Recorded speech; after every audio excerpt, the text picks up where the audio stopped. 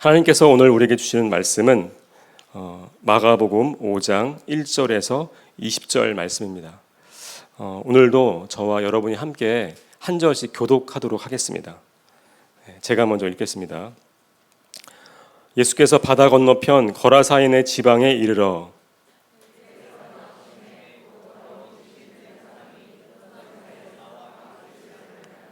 그 사람은 무덤 사이에 거처하는데 이제는 아무도 그를 쇠사슬로도 맬 수 없게 되었으니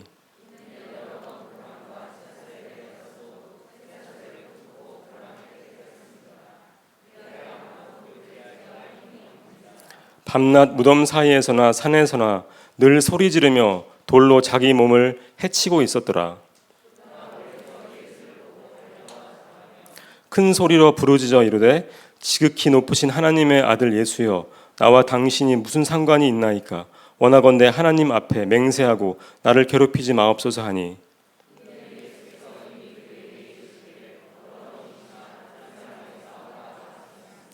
이에 물으시되 내 이름이 무엇이냐? 이르되 내 이름은 군대니 우리가 많음이니이다 하고 마침 거기 돼지의 큰 떼가 산 곁에서 먹고 있는지라.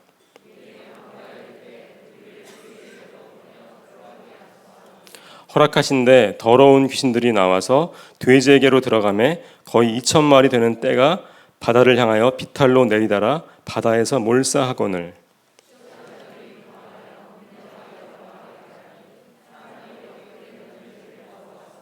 예수께 이르러 그 귀신 들렸던 자 곧 군대 귀신 짚혔던 자가 옷을 입고 정신이 온전하여 앉은 것을 보고 두려워하더라.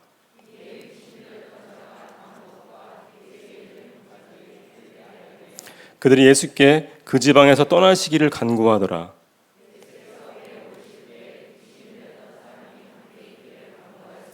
허락하지 아니하시고 그에게 이르시되 집으로 돌아가 주께서 내게 어떻게 큰 일을 행하사 너를 불쌍히 여기신 것을 내 가족에게 알리라 하시니 그가 가서 예수께서 자기에게 어떻게 큰 일 행하셨는지를 데가볼리에 전파하니 모든 사람이 놀랍게 여기더라. 아멘. 하나님의 말씀입니다.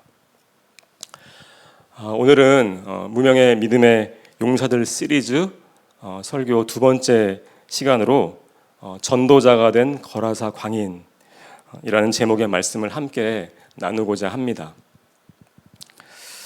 저는 장애인 사역을 시작한 지가 20년이 조금 넘은 것 같습니다. 그러다 보니 그 주변에서 종종 저에게 왜 장애인 사역을 하게 되었냐고 물어보는 분들이 있습니다. 오늘 설교 내용과 관련이 있기에 그 이야기를 먼저 나누고 싶습니다.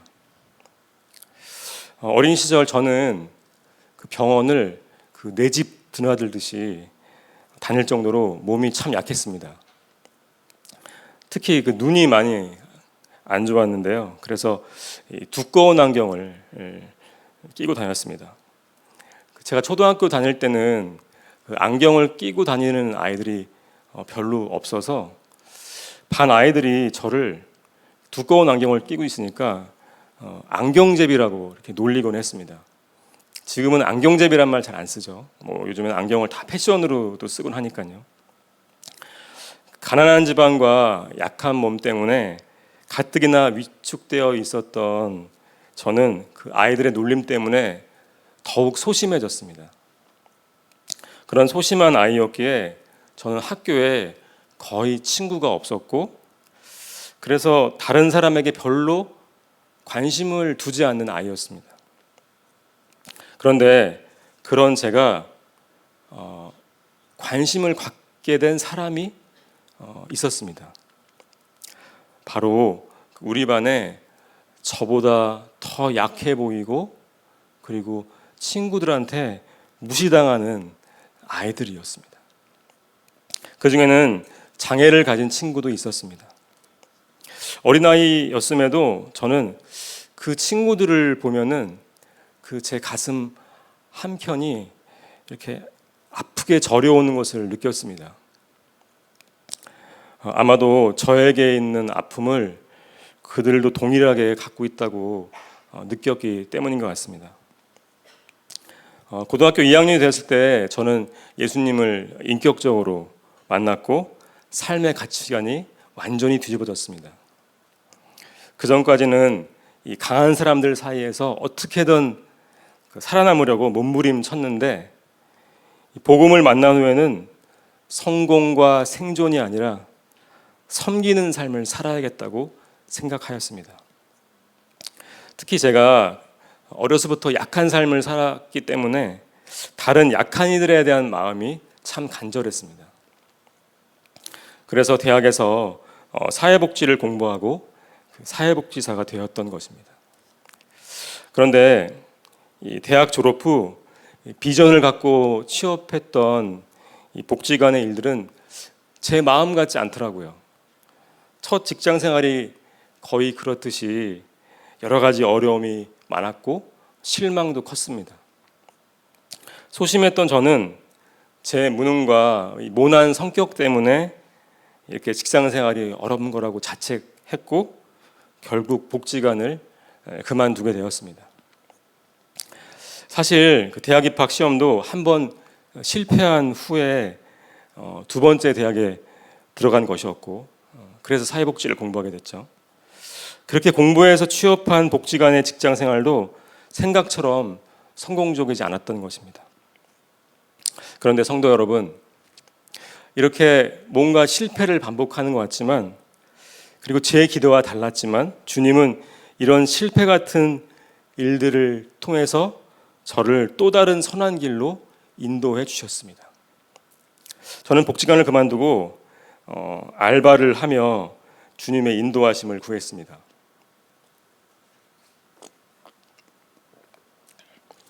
그때가 90년대 후반이었는데 그때 우리나라에 IMF가 터졌습니다.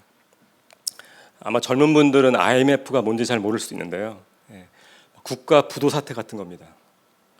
그 당시 전국에 실업자가 넘쳐났고 거리마다 노숙인들이 쏟아져 나왔습니다. 저는 다니던 교회 청년부 안에서 이 복지 선교팀을 만들었어요. 제가 이제 사회복지를 전공했다 보니까 복지 선교팀을 만들어서 지역의 어려운 이웃을 돕는 봉사 사역을 시작했습니다. 교회 근처 임대 아파트와 또 저희 교회 근처에 산동네가 있었는데요. 산동네를 다니면서 봉사 활동을 하였고 그 봉사 사역 중에 만난 독거노인 할머니와 또 한부모 가정 아이 한 명을 수년간 섬기면서 그들에게 복음을 전했습니다.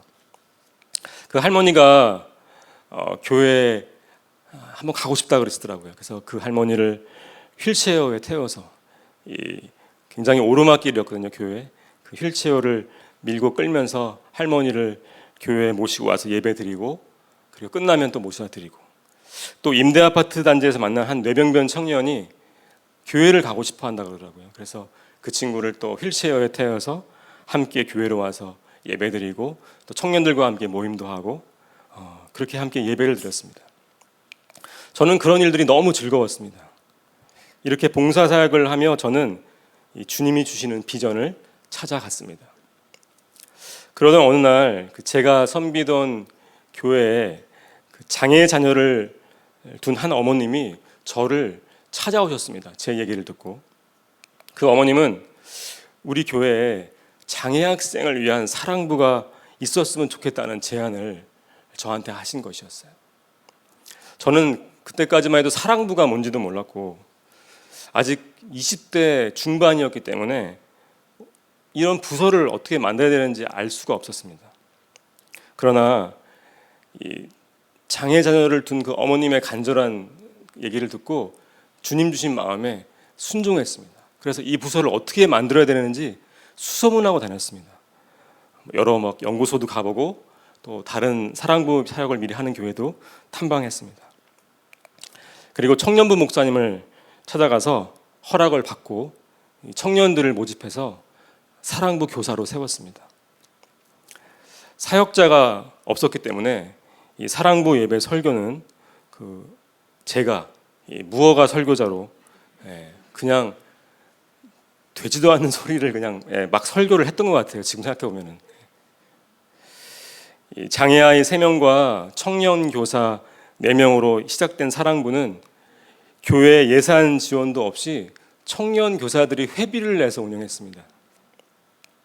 그리고 교회 봉고차를 빌려서 그 아이들 몇 명 되는 아이들을 처음이니까 이 아이들이 우리 교회를 잘 안 오잖아요. 그래서 차로 다 데려와서 예배드리게 하고 데려다주고 이렇게 주일 사랑부 사역을 했습니다. 저는 매주일마다 어설프지만 마음 다해 설교를 하며 예배를 인도했고 또 우리 청년 선생들과 함께 주중에는 시간을 내서 인근 복지관과 특수학교를 다니면서 전단지를 만들어서 돌리면서 전도를 했습니다. 그렇게 사역했지만은 그때는 힘든 줄도 몰랐고 너무 행복했습니다. 그 아이들 한 명 한 명이 올 때마다 얼마나 행복하고 사랑스러운지요. 그때의 그 장애아이에 대한 그 사랑이 굉장히 커졌던 것 같아요. 지금까지도 그 사랑이 계속 남아 있습니다. 그때 제 모교의 사랑부는 5년 동안 장애 학생 30명 그리고 청년 교사 30명으로 성장했고요. 저는 그 사역을 하면서 장애인 사역의 꿈을 키워갔습니다. 그 이후에는 장애인 선교단체에 들어가서 사역을 하게 되었고 또 신학까지 하게 되었던 것입니다. 사랑하는 성도 여러분, 제 비전은 지금 돌아보니 실패를 통해서 만들어졌습니다. 친구들과 잘 어울리지 못했고요. 어렸을 때부터 원하던 대학에 진학하지 못했고요. 그리고 직장 생활 적응도 실패했습니다.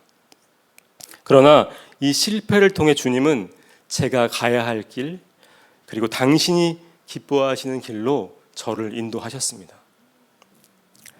제 은사도요, 실패를 통해서 훈련되었던 것 같습니다.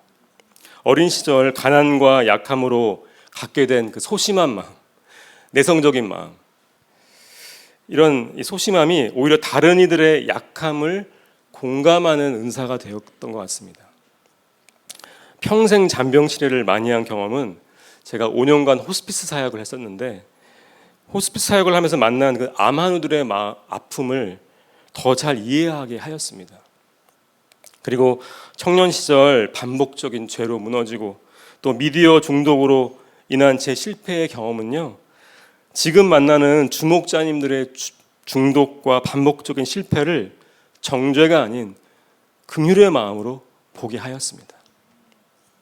여러분, 지난 주일날 그 유기성 우리 담임 목사님께서 마지막 주일 설교를 하시면서 요한복음 21장 본문으로 이런 말씀을 전해 주셨습니다. 기억나시죠?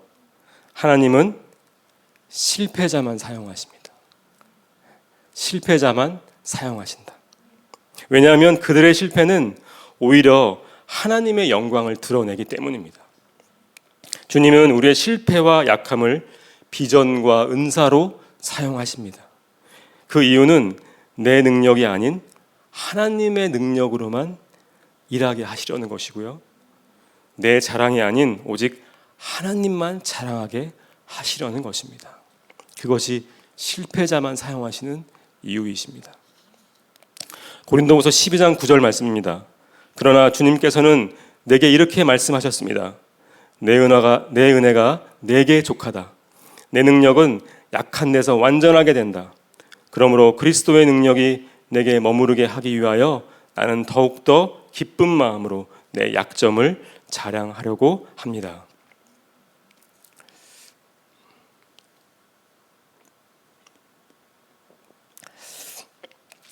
오늘 본문인 마가복음 5장은 예수님이 유대 땅을 떠나서 바다 건너편 거라사 지역으로 돌아가면서 시작됩니다. 거라사 지역은 유대인이 부정하게 여기는 돼지떼와 무덤이 아주 많은 곳이었습니다. 한마디로 이 지역은 실패한 죄인, 병자들, 장애인들이 모여 사는 부정한 마을이었던 것이죠. 그런데 왜 예수님은 이 부정한 땅에 가셨을까요? 바로 그 땅에 사는 한 무명의 사람 거라사 광인을 만나기 위해서였습니다. 거라사 광인은 그 요즘 표현으로 하자면 중증 정신장애인이었고 공격 행동이 아주 심했습니다.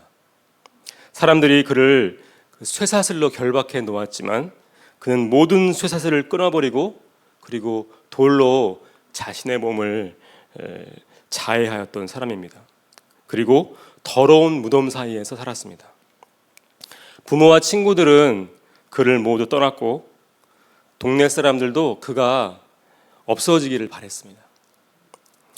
동네의 그야말로 민폐 캐릭터였던 거죠. 그런데 예수님은 그를 만나기 위해서 이 땅에 오신 것입니다.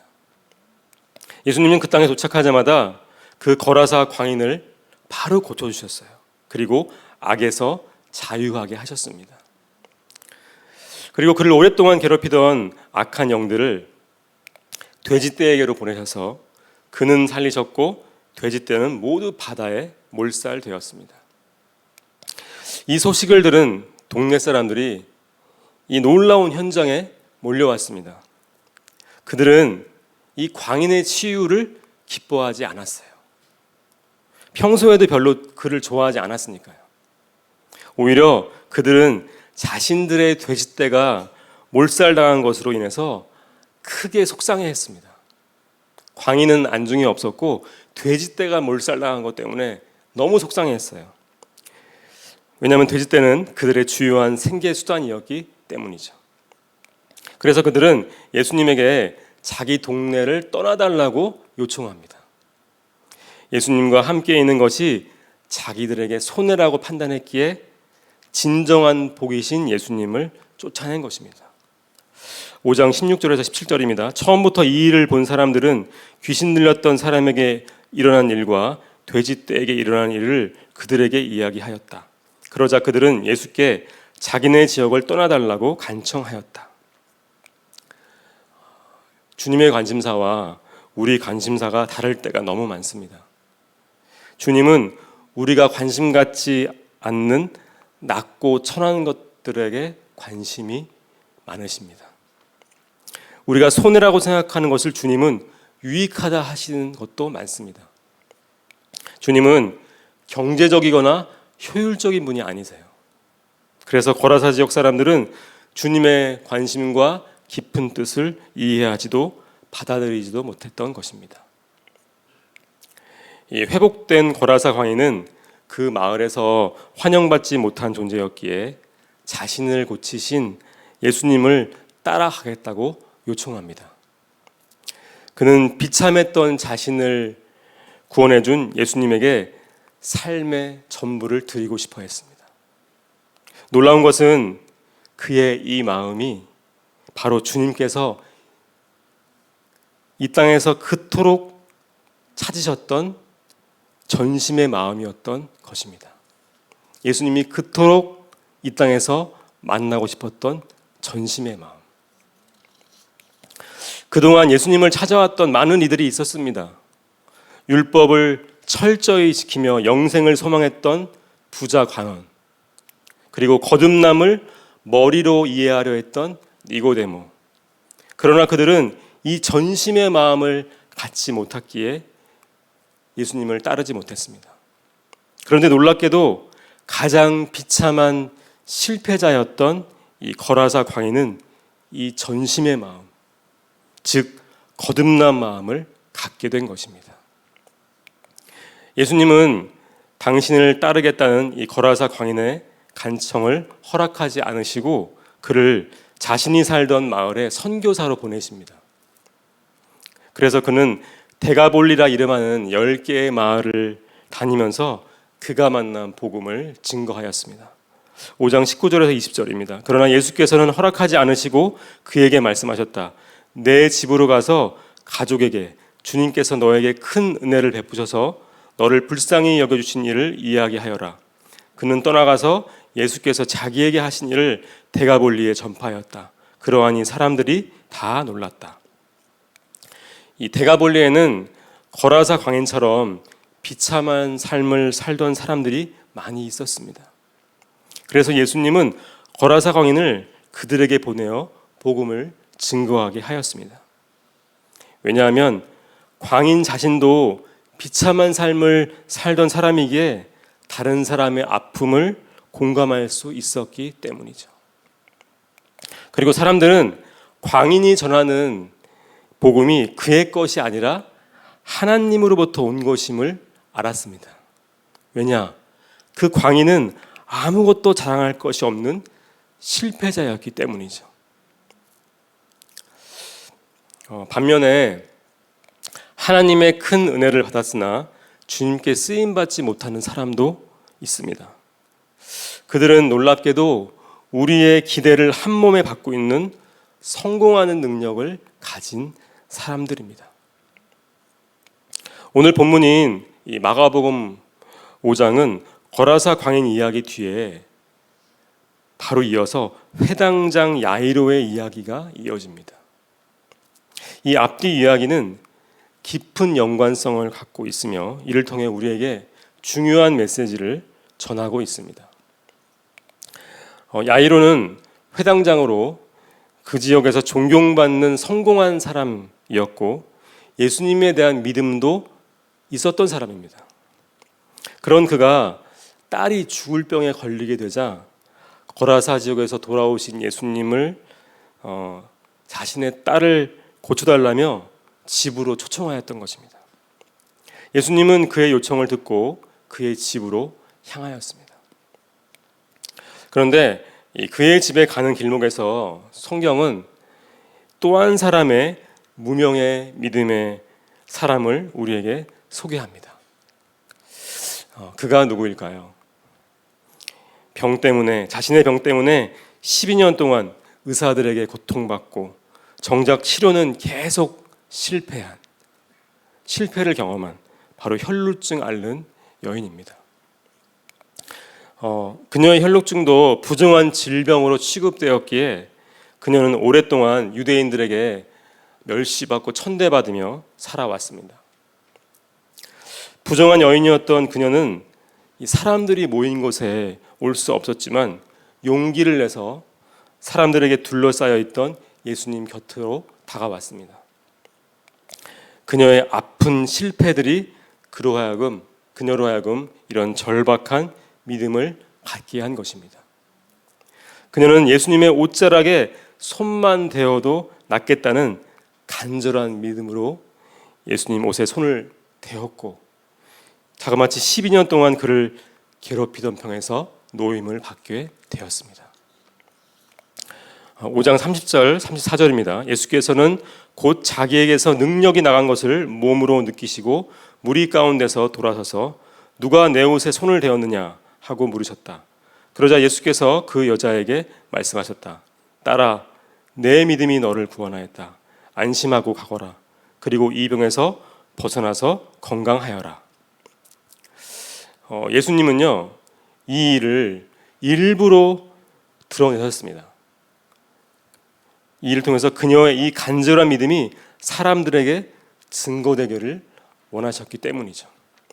주님은 이러한 이들을 하나님의 영광의 도구로 사용하고 계십니다. 그런데 이런 은혜로운 일이 일어나는 동안 예수님 옆에서 불안해하고 초조해하는 한 사람이 있었습니다. 누굴까요? 바로 회당장 야이로입니다. 그는 늦장 부리는 예수님이 빨리 자신의 집에 가서 죽어가는 딸의 치료를 해주기만을 바랬던 것입니다. 그때 회당장의 집에서 이미 딸이 죽었다는 소식이 들려왔습니다. 순간 야이로의 마음에는 두려움과 원망의 마음이 들어왔습니다. 5장 36절입니다. 예수께서 이 말을 곁에서 들으시고 회당장에게 말씀하셨다. 두려워하지 말고 믿기만 하여라. 예수님이 두려워 말고 믿기만 하라고 말씀하신 것은 이미 그가 두려워하고 원망하는 마음이 되어 믿음을 잃고 있었기 때문입니다. 예수님은 그의 집에 가셔서 울며 통곡하는 사람들에게 아이가 죽은 것이 아니라 잔다라고 말씀하셨습니다. 그런데 그 집 사람들은 그런 예수님을 비웃었고 야이로와 가족들도 거의 자포자기한 마음이었습니다. 예수님은 그 아이가 있는 곳에 들어가셔서 이렇게 외치셨습니다. 유명한 말이죠. 달리다곰, 소녀야 일어나라. 놀랍게도 소녀는 살아났고 야이로의 가족들과 사람들은 크게 놀랐습니다. 기뻐한다는 표현은 없습니다. 크게 놀랐더라. 그런데 예수님께서는 이 놀라운 은혜를 경험한 야이로와 그의 가족들에게 이렇게 엄히 명령하셨습니다. 5장 44절입니다. 예수께서 이 일을 아무에게도 알리지 말라고 그들에게 엄하게 명하시고 소녀에게 먹을 것을 주라고 말씀하셨다. 예수님은 거라사 광인에게 내가 받은 은혜를 가서 내 집과 데가볼리에 가서 전파하라 라고 명하시며 그를 그의 고향 땅에 선교사로 파송하셨습니다. 그리고 중간에서 만난 혈루증 앓는 여인의 이 간절하고 절박한 믿음을 사람들 앞에서 일부러 드러내시며 하나님께 영광을 돌리게 하셨습니다.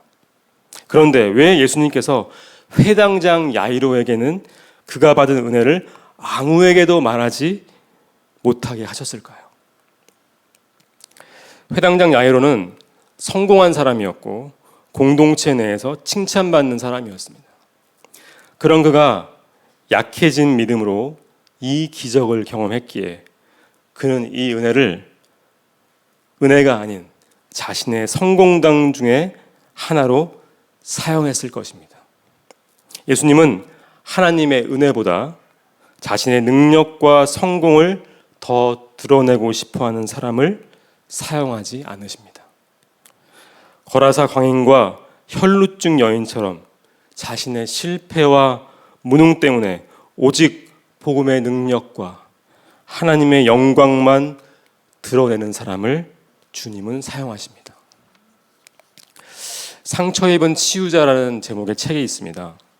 자신의 깊은 상처 때문에 다른 사람의 고통을 이해하고 치유하는 사람들, 그리고 실패로 인해서 자신의 치부와 연약함이 드러나서 오직 자기 자랑은 없어지고 하나님의 영광만 드러내는 사람들의 이야기입니다. 예수님은 그런 사람들을 사용하십니다. 왜냐하면 예수님이 바로 그런 삶을 사셨기 때문입니다. 예수님은 연약한 인간의 모습으로 이 땅에 오셨습니다. 그가 바로 가난하게 되어서 우리의 가난을 이해하셨고 순종하기 어려운 쓴 잔을 마심으로 우리의 고통을 공감하셨습니다. 그리고 그는 십자가에 달려 하나님께 버림받은 자가 되어서 이 땅에서 아프고 버림받은 사람들을 대속하셨던 것입니다. 십자가는 실패의 상징입니다. 그러나 이 실패의 십자가를 예수님이 직접 경험하심으로, 즉 우리와 함께 실패자가 되어 고통을 체휼하심으로 이것을 하나님의 영광을 드러내는 능력이 되게 하셨습니다. 히브리서 4장 15절을 개역 한글로 읽어드리겠습니다. 우리에게 있는 대제사장은 우리의 연약함을 체휼하지 아니하는 자가 아니요 모든 일에 우리와 한결같이 시험을 받은 자로 돼 죄는 없으시니라. 복음은 우리의 실패를 비전이 되게 하고 아픔을 은사로 바꿉니다. 그리고 나의 수치와 상처가 다른 사람을 위로하는 사랑의 통로가 되게 합니다. 이것이 바로 복음의 능력이고 영광입니다. 사랑하는 성도 여러분, 내 삶이 실패한 것 같을 때 낙심하고 포기하지 마십시오.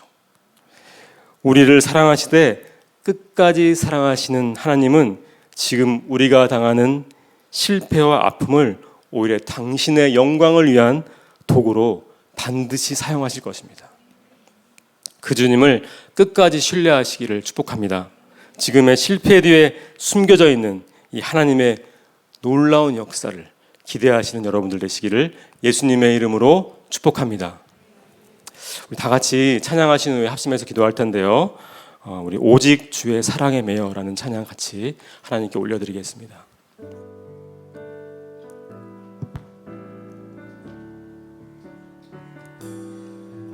오직 주의 사랑에 매여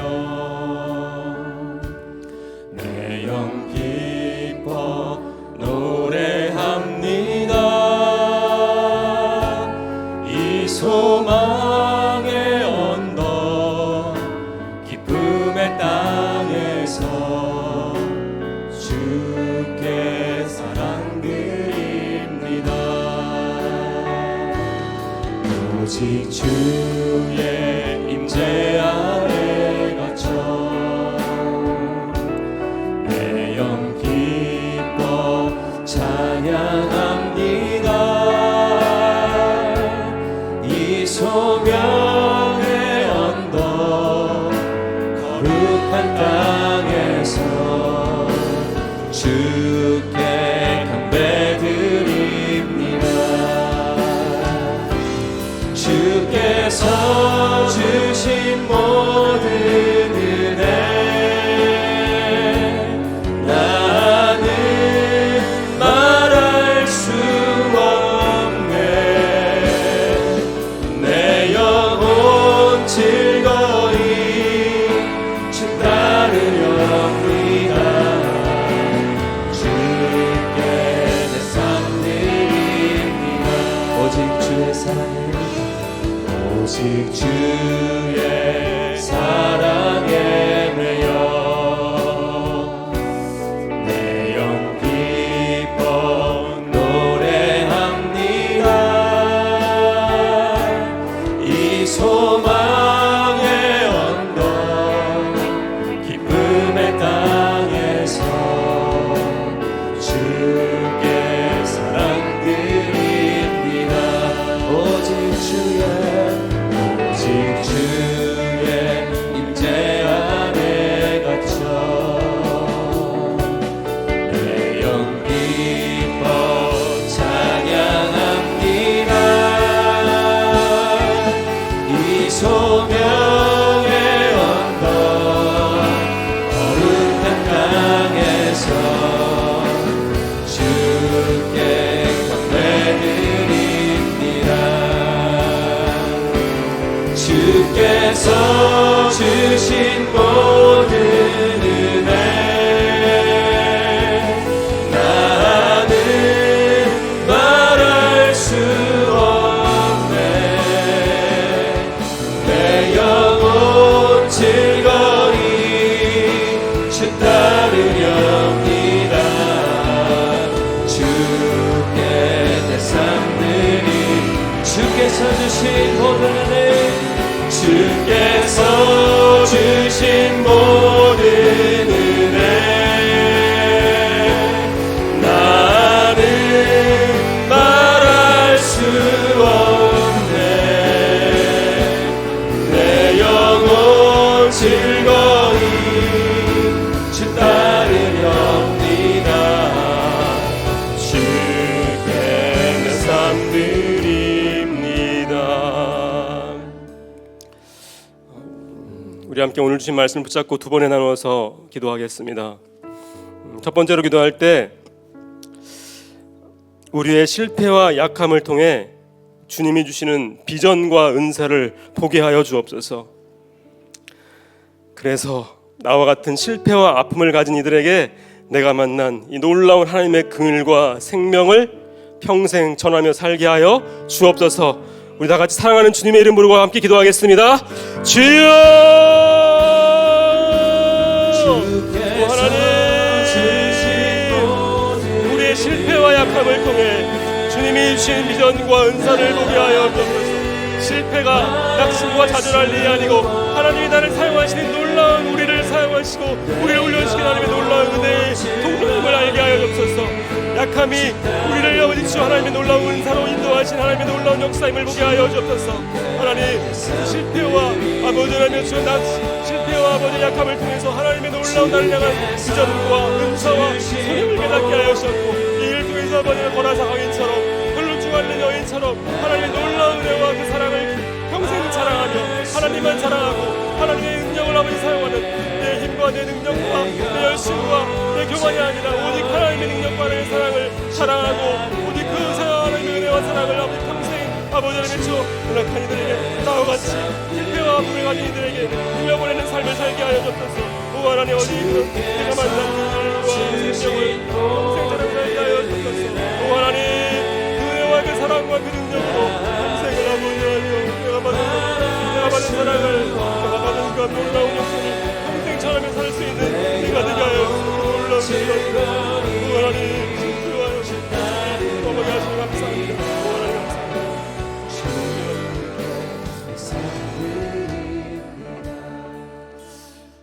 두 번째로 기도할 때 주님이 기뻐하시는 사람은 내 힘이 아닌 하나님만 의지하는 사람입니다. 내 자랑이 아닌 하나님만 자랑하는 사람입니다. 실패자만 사용하신다고 하신 주님, 부족하고 실패만 한 나를 사용하사 오직 하나님의 영광만 드러나게 하여 주옵소서. 우리 마지막으로 주여 한번 외치고 기도하겠습니다. 주여!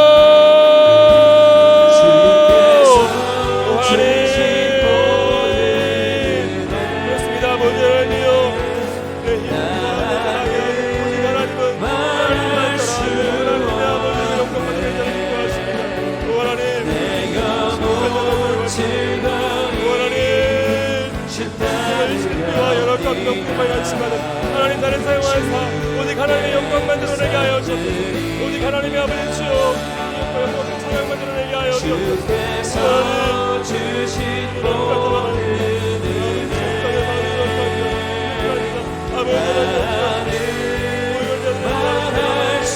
증거하는 삶을 살게 하여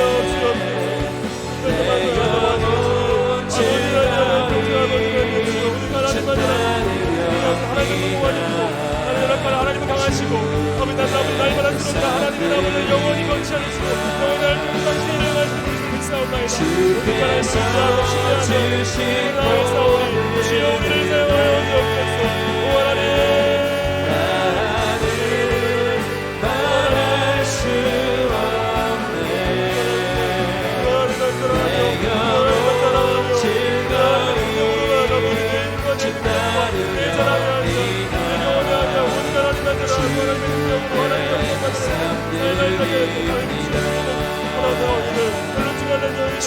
주께서 주신